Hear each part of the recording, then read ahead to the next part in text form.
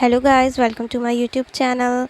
Subscribe my channel for more informative videos. Myself Dr. Ariba Khan. I am a homeopathic doctor, psychologist and a Reiki master. Today we are discussing about digestive system. आज हम digestive system को discuss करेंगे और उसमें जिस main topic को हम discuss कर रहे हैं वो हमारा है स्टमक अल्सर या गैस्ट्रिक अल्सर, जो कि एक बहुत कॉमन इशू है और आजकल ये इशू बहुत ज़्यादा लोगों में देखा जा रहा है। इसमें होता ये है कि स्टमक की जो लाइनिंग होती है वो डिस्टर्ब हो जाती है और उसके अंदर एक ज़ख़म सा बन जाता है, जिसे हम कह रहे होते हैं कि ये अल्सर है। और जब स्टमक के अंदर अल्सर डेवलप हो जाता है तो इसकी वजह से पेशेंट को बहुत सारी कंप्लेंट्स आ रही होती हैं, बहुत ज़्यादा पेन हो रहा होता है, बहुत ज़्यादा जलन हो रही होती है स्टमक में।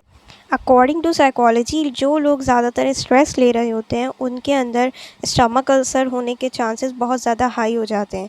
बिकॉज़ जब हम स्ट्रेस लेते हैं तो हमारे डिफरेंट हार्मोन्स रिलीज़ होते हैं जो हमारे स्टमक पे भी असर करते हैं और हमारे डाइजेशन को डिस्टर्ब कर देते हैं। तो मोस्टली जो स्टमक अल्सर है वो ऐसे लोगों में देखा जाता है, कॉमन है, जो स्ट्रेस ज़्यादा लेते हैं, जो कि डिप्रेस्ड हैं। सेकंड ये कि पेशेंट को बहुत ज़्यादा स्टमक में पेन हो रहा होता है, क्योंकि अल्सर जो होता है ज़ख़म की तरह बन जाता है और जब जब उसके एसिड सीक्रेट होते हैं डाइजेशन करवाने के लिए, उसे बहुत पेन होता है। साथ में पेशेंट को बहुत ही ज़्यादा एसिडिटी होती है, ऐसा लगता है स्टमक में किसी ने जैसे आग लगा दी हो, इतनी ज़्यादा उसको जलन हो रही होती है, बिकॉज़ वो एक ज़ख़म की तरह और वहाँ जो भी लगेगा वो जलन की तौर पे पेश आएगा पेशेंट के साथ। सेकंड, कॉन्स्टिपेशन हो जाती है पेशेंट को सीवियर। इसके अलावा बहुत ज़्यादा वीकनेस फ़ील होने लगती है और समटाइम बहुत ज़्यादा वर्टाइगो, चक्कर भी फ़ील होने लगती है। साथ साथ में पेशेंट को अपना एब्डोमेन में ब्लॉटिंग और फ्लैटनेस फ़ील हो रही होती है। ब्लॉटिंग मीन्स कि उसका एब्डोमेन स्वेल हो जाता है और फ्लैटनेस मीन्स कि उसको गैसेस बहुत ज़्यादा अपने एब्डोमेन में फ़ील होती हैं। साथ ही उसको बहुत ही सिवियर टाइप का हेडेक फ़ील हो रहा होता है, जो कि स्टमक से रिलेटेड होता है। जब जब उसको एसिडिटी फ़ील होगी, साथ में उसको बहुत ज़्यादा हेडेक। पेशेंट इस तरह से चल रहा होता है, यानी पेशेंट अपने स्टमक को आराम देने के लिए आगे की तरफ बहुत ज़्यादा प्रेशर दे रहा होता है या उल्टा लेट रहा होता है। साथ ही में उसका यूरिन भी डिस्टर्ब हो जाता है और यूरिन में भी बहुत ही सिवियर जलन होने लगती है, इचिंग होने लगती है। जलन और इचिंग होती है बिकॉज ऑफ एसिडिटी।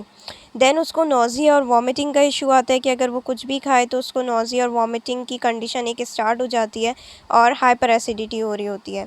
मोस्टली रात में सोते वक्त भी पेशेंट को आराम नहीं आ रहा होता है और वो बहुत ही ज़्यादा तकलीफ़ से कर्रा रहा होता है। उसका एब्डोमेन इस तरीके से बाहर आ जाता है जैसे कि बहुत ही ज़्यादा स्वेल हो गया हो, बहुत ही सीवियर टाइप की ब्लॉटिंग हो जाती है और इस ब्लॉटिंग में पेन भी हो रहा होता है।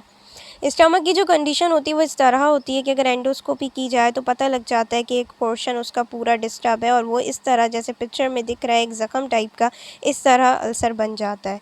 साथ में उसको बार बार माउथ एब्सेस आने लगते हैं, बहुत ज़्यादा मुंह में छाले रहने लगते हैं, छालों में जलन और तकलीफ़ रहने लगती है। एसिडिटी की वजह से ये माउथ एब्सेस आ रहे होते हैं और बहुत कंटिन्यूस आ रहे होते हैं। स्टमक अल्सर इस तरीके से फॉर्म हो जाता है जैसे कि पिक्चर में दिख रहा है और ये बहुत ज़्यादा पेन कर रहा होता है और पेशेंट को डे बाय डे वीक कर रहा होता है।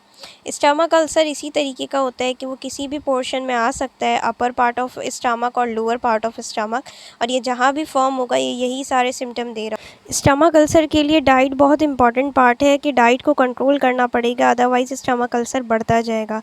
तो सबसे पहले ऐसे आइटम्स जो कि बहुत ज़्यादा स्पाइसी हैं, जो कि बहुत ज़्यादा जंक फूड हैं, बाहर के खाने हैं, उन सबको बिल्कुल ही अवॉइड करना होता है, बिकॉज़ ये स्टमक की लाइनिंग को और डिस्टर्ब करते हैं और अल्सर को और ज़्यादा बढ़ाते हैं। इसके अलावा रेड चिली, ग्रीन चिली, ये जितनी भी टाइप ऑफ चिलीज़ हैं इनको प्रॉपर्ली अवॉइड करना होता है। इस टाइप का कोई खाना नहीं खाना होता। साथ में ये जो आपके मसाले होते हैं, जितने भी गरम मसाले, ये सारे मसाले पेशेंट को अवॉइड करने होते हैं, इसका स्ट्रिक्ट परहेज़ करना होता है ताकि उसकी कंडीशन बेटर हो। इसके साथ साथ स्पाइसी एंड ऑयली फूड, जितने भी फ्राइड आइटम हैं, जितने भी ऑयली फूड्स हैं, जितने भी जंक फूड हैं, बाहर के खाने हैं, वो सब कुछ छोड़ने होते हैं ताकि स्टमक की लाइनिंग बेटर हो। इसके अलावा जो डाइट रिकमेंडेशन होती है इसके लिए, वो यही है कि ज़्यादा से ज़्यादा फ्रूट्स खाए जाएँ, रॉ वेजिटेबल्स खाई जाए, बॉइल्ड वेजिटेबल्स खाई जाए, वेजिटेबल सूप लिया जाए, ज़्यादा से ज़्यादा अपने आप को नेचुरल चीज़ों की तरफ डाइवर्ट किया जाए। मोस्टली जितने भी आपके फ्रूट्स हैं वो बहुत अच्छा रोल प्ले करते हैं, वो स्टमक को बिल्कुल भी डिस्टर्ब नहीं करते। तो ज़्यादातर फ्रूट इंटेक बढ़ानी चाहिए और वेजिटेबल इंटेक बढ़ानी चाहिए या मिक्स सब्ज़ी ले लेनी चाहिए। बट जो भी डाइट बनाई जाए, जो भी खाना बनाया जाए, उसमें ऑयल और स्पाइसेस का बहुत ख्याल रखा जाए, उसकी क्वांटिटी बहुत कम होनी चाहिए। सिर्फ डाइट से इसे कंट्रोल नहीं किया जा सकता, इसके लिए प्रॉपर ट्रीटमेंट लेना बहुत ज़रूरी है। अगर वक्त पे इलाज ना करवाया जाए तो ये डिज़ीज़ और ज़्यादा बढ़ जाती है और ख़तरनाक हो जाती है। अगर आप हमसे एक ऑनलाइन कंसल्टेशन या फिज़िकल कंसल्टेशन चाहते हैं तो बुक एन अपॉइंटमेंट, नंबर आपके स्क्रीन पे मौजूद है। होम्योपैथी में स्टमक अल्सर का बहुत ही अच्छा परमानेंट और without any side effects treatment मौजूद है, जो बहुत ही जल्दी और क्विक रिलीफ देता है। सो अगर आप अपनी कंसल्टेशन बुक करना चाहते हैं तो हमसे कांटेक्ट करिए। टिल देन टेक केयर, अल्लाह हाफ़िज़।